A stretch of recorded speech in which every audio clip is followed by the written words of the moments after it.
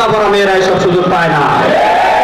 আমি বলতে চাই এই সমস্ত বৈষম্য আর বাংলার মাটিতে সহ্য করা হবে না। যারা বাংলার মাটিতে বৈষম্যের দেয়াল সৃষ্টি করতে চাইবে, যারা বাংলাদেশে বৈষম্যের দেয়াল তৈরি করতে চাইবে, তাদেরকে বাংলাদেশের কঠোর অবস্থান করতে দেওয়া হবে না। আমি পরিশেষে বলতে চাই 92% মুসলমানের বাংলাদেশে মুসলমানের ঈমান, মুসলমানের তাহযীব, মুসলমানের তামাদ্দুন, মুসলমানের সংস্কৃতির বিরুদ্ধে কোন শিক্ষা সিলেবাস বাংলাদেশে চলতে দেওয়া হবে না, চলতে দেওয়া হবে না। আপনারা জানেন এই স্বৈরাচার ফ্যাসিস্ট সরকারের কাছে ভর করে ভারতের মোদী সরকার বাংলাদেশে বিজাতীয় অনেক মতবাদ বাস্তবায়ন করবার চেষ্টা করেছে। তার মধ্যে অন্যতম হল ট্রান্সজেন্ডার নামক মতবাদ তিনি বাংলাদেশে বাস্তবায়ন করতে চেয়েছে, সমকামিতা প্রতিষ্ঠা করতে চেয়েছে।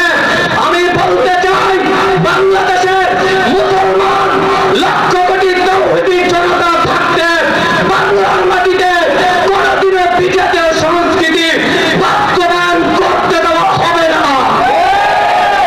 তিনি বাংলাদেশে বাস্তবায়ন করতে চেয়েছে, সমকামিতা প্রতিষ্ঠা করতে চেয়েছে। আমি বলতে চাই বাংলাদেশের মুসলমান লক্ষ কোটি তাওহীদি জনতা থাকতে বাংলার মাটিতে কোনদিনও বিজাতীয় সংস্কৃতি বাস্তবায়ন করতে দেওয়া হবে না।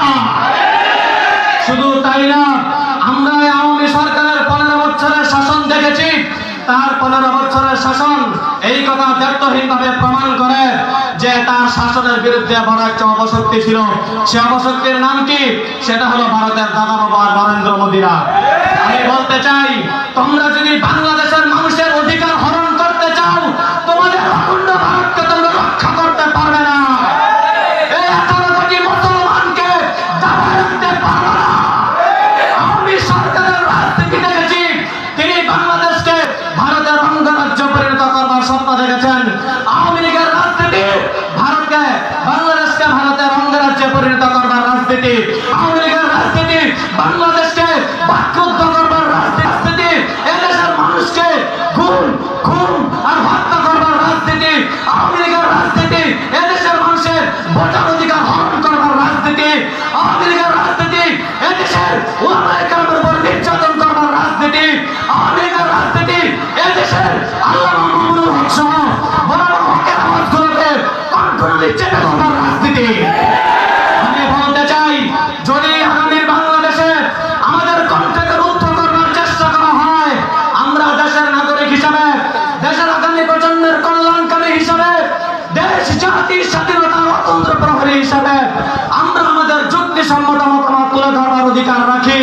আমাদের কণ্ঠ রোধ করবার চেষ্টা করলে সারা দেশে বিদ্রোহে আগুন ধরবে, আগুন ধরবে, আগুন ধরবে। পরিশেষ একটা পয়গাম শোনা দেই।